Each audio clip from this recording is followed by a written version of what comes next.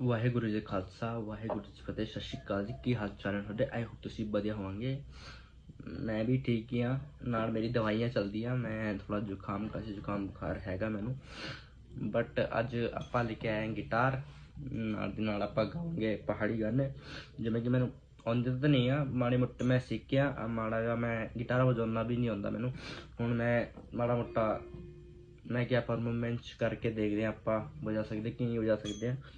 ਨਾਲ ਆਪਾਂ ਗਿਟਾਰ ਵਜਾਵਾਂਗੇ, ਨਾਲ ਆਪਾਂ ਇੱਕ ਮਾੜੀ ਜੀ ਪਹਾੜੀ ਗਾਣੇ ਦੀ ਲਾਈਨ ਹੈਗੀ ਆਪਾਂ ਉਹ ਲਾਵਾਂਗੇ। ਤੁਹਾਨੂੰ ਵਧੀਆ ਲੱਗੀ ਤਾਂ ਲਾਈਕ ਕਮੈਂਟ ਸ਼ੇਅਰ ਜ਼ਰੂਰ ਕੀजिएगा।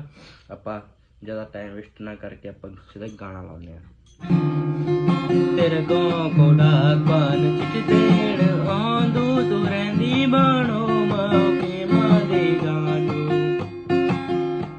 सुन रोण दिन रात सुन बात सी बरसात सुन रोण दिन रात सुन बात सी बरसात बोल चिट्ठी की बोल चिट्ठी की